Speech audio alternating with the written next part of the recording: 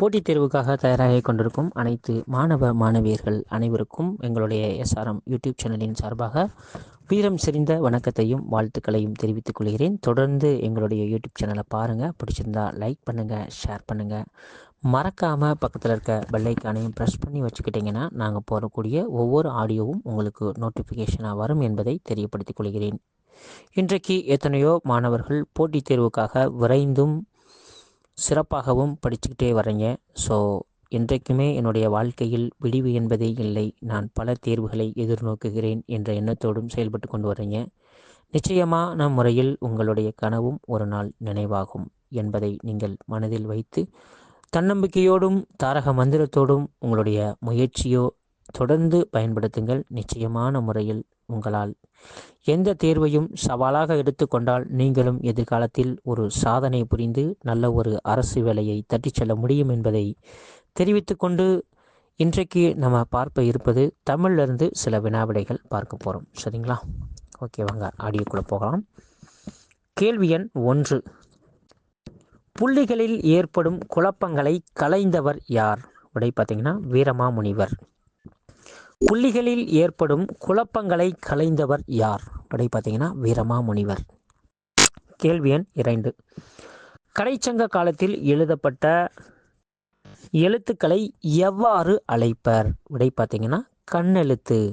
அதாவது கடைச்சங்க காலத்தில் எழுதப்பட்ட எழுத்துக்களை எவ்வாறு அழைப்பர்? விடை பார்த்தீங்கன்னா கண்ணெழுத்து. கேள்வி எண் 3.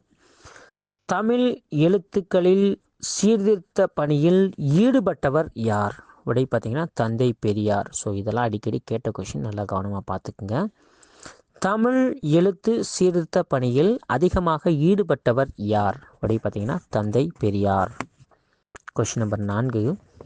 வளைந்த கோடுகளால் அமைந்த மிக பழமையான தமிழ் எழுத்துக்களை எவ்வாறு அழைப்பர்? விடை பார்த்தீங்கன்னா வட்டெழுத்து. வளைந்த கோடுகளால் அமைந்த மிக பழமையான தமிழ் எழுத்துக்களை எவ்வாறு அழைப்பர்? விடை பார்த்தீங்கன்னா வட்டெழுத்து. Question number 5. உயிர்மை எழுத்துக்களில் உயிர் நெட்டெழுத்துக்களின் எண்ணிக்கை? விடை பார்த்தீங்கன்னா 126. உயிர்மை எழுத்துக்களில் உயிர் நெட்டெழுத்துக்களின் எண்ணிக்கை? விடை பார்த்தீங்கன்னா 126. Question number 6.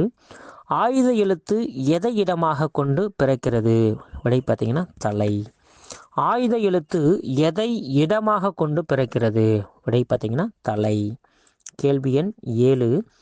உயிரெழுத்து 12 எதை இடமாக கொண்டு பிறக்கிறது? விடை பார்த்தீங்கன்னா கழுத்து. உயிர் எழுத்து 12 எதை இடமாக கொண்டு பிறக்கிறது? விடை பார்த்தீங்கன்னா கழுத்து. கேள்வி எண் 8. மேல் வாயை நாக்கின் நுனி வருடுவதால் பிறக்கும் எழுத்து? விடை பார்த்தீங்கன்னா எள்ளு, பழத்துக்கு வர்ற இல்லு. ஓகேவா?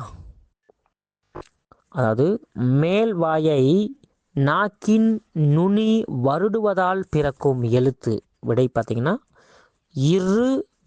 இல்லு. கேள்வி எண் 9.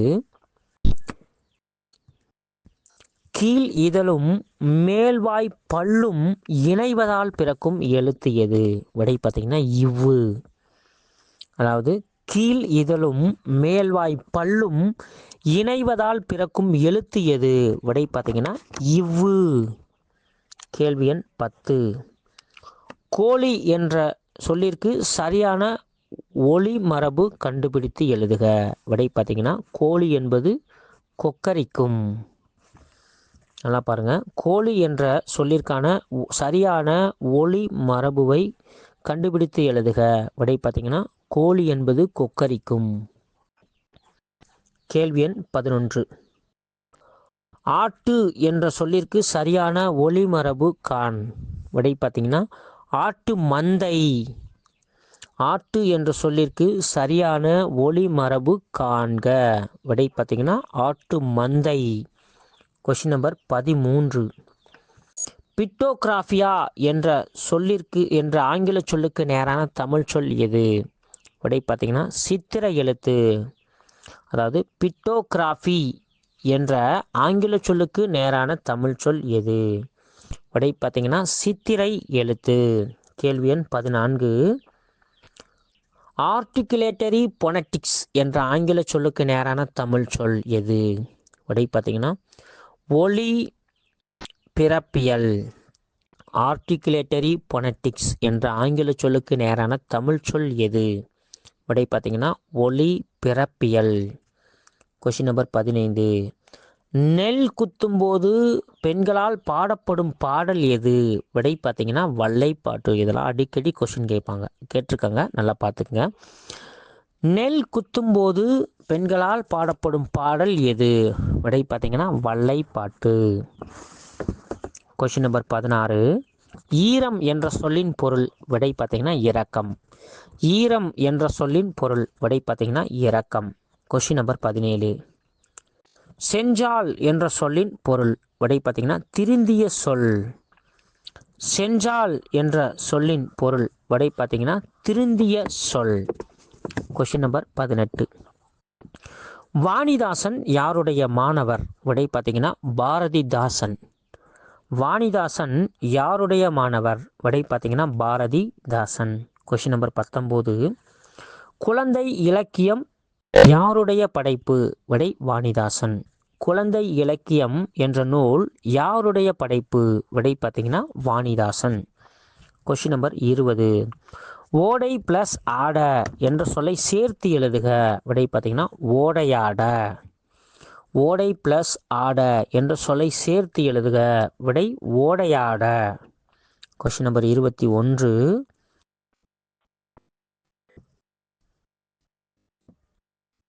கெடிக்கலங்கி என்ற சொல்லின் பொருள். விடை பார்த்தீங்கன்னா மிக வருந்தி. கெடிக்கலங்கி என்ற சொல்லின் பொருள். விடை பார்த்தீங்கன்னா மிக வருந்தி. Question number 22. செத்திறந்த என்ற சொல்லை பிரித்து எழுதுக. விடை பார்த்தீங்கன்னா செத்து பிளஸ் இறந்த. அதாவது செத்திறந்த என்ற சொல்லை பிரித்து எழுதுக. விடை பார்த்தீங்கன்னா செத்து பிளஸ் இறந்த. Question number 23.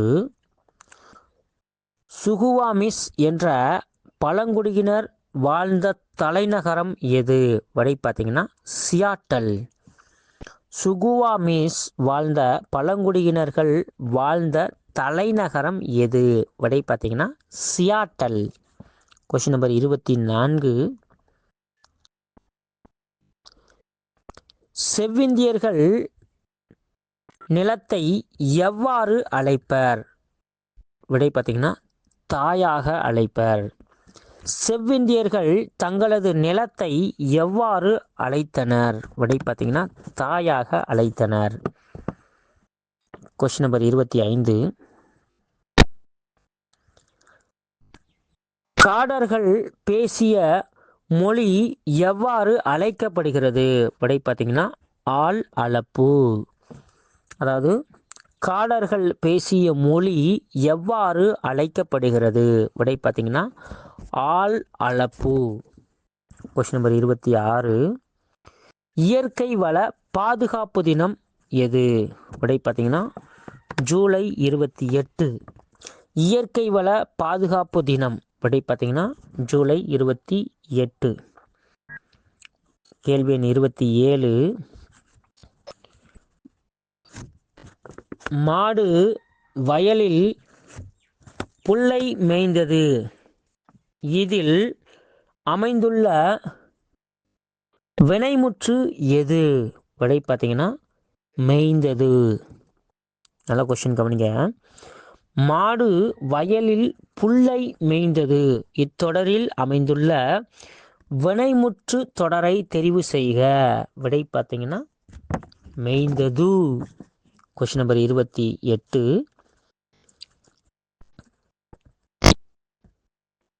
ஏவல் வினைமுற்று சொல் எது?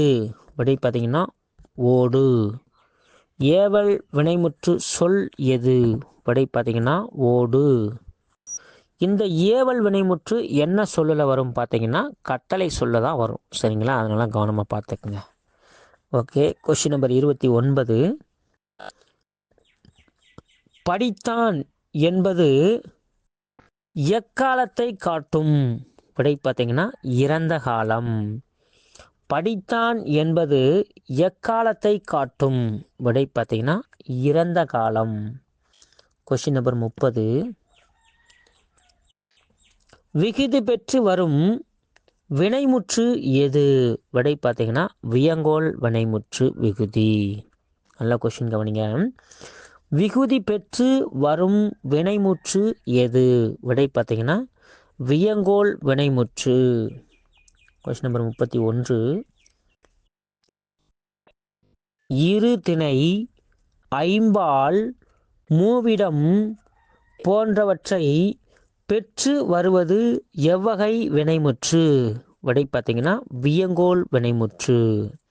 நல்ல கொஸ்டின் கவனிங்க. இந்த கொஸ்டினை கூற்றில் கொடுத்து கேட்டிருக்காங்க, ரொம்ப கவனமாக பார்த்துக்கணும். இரு திணை, ஐம்பால், மூவிடம் ஆகியவற்றை பெற்று வரும் வினைமுற்று எது? விடை பார்த்தீங்கன்னா வியங்கோல் வினைமுற்று. Question number 32. கட்டளை பொருளை மட்டுமே உணர்த்தும் வினைமுற்று எது? விடை பார்த்தீங்கன்னா ஏவல் வினைமுற்று. கட்டளை பொருளை மட்டுமே உணர்த்தும் வினைமுற்று எது?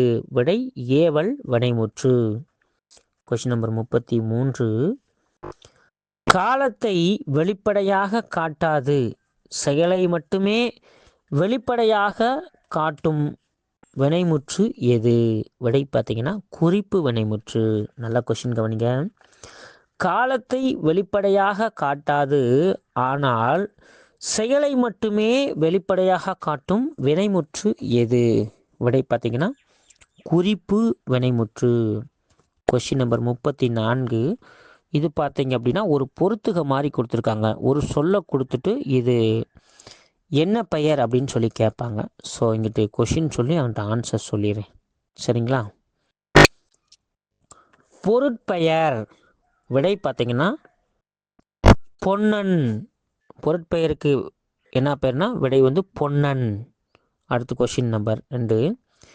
சினையாகு பெயர், அதாவது சினை பெயர்னு சொல்லுவாங்க. சினை பெயர் அதற்கு பார்த்தீங்கன்னா கண்ணன்.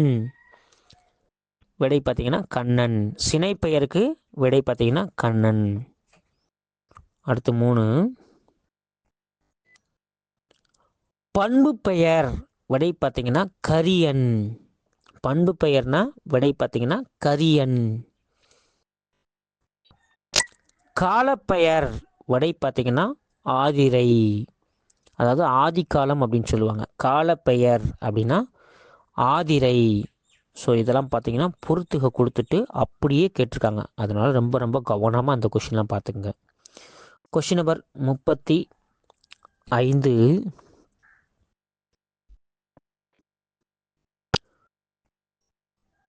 சுயமரியாதை இயக்கம் எந்த ஆண்டு தோற்றுவிக்கப்பட்டது? விடை 1925. சுயமரியாதை இயக்கம் எந்த ஆண்டு தோற்றுவிக்கப்பட்டது? விடை 1925. Question number 36. முதலில் எழுத்துக்களில் சீர்திருத்தத்தை கொண்டு வந்தவர் யார்? விடை பார்த்தீங்கன்னா வீரமாமுனிவர். முதலில் எழுத்துக்களில் சீர்திருத்தத்தை கொண்டு வந்தவர் யார்? விடை பார்த்தீங்கன்னா வீரமாமுனிவர். கேள்வி எண் 37.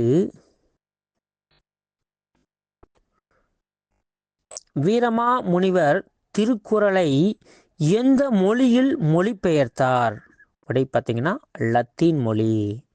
வீரமாமுனிவர் திருக்குறளை எந்த மொழியில் மொழிபெயர்த்தார்? விடை பார்த்தீங்கன்னா லத்தீன் மொழி. கேள்வி எண் 38.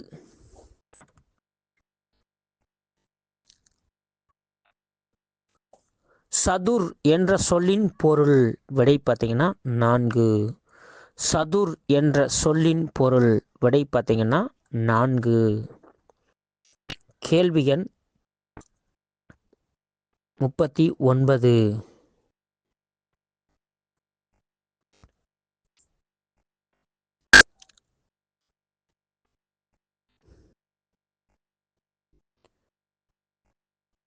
புறத்திணைகள் மொத்தம் எத்தனை?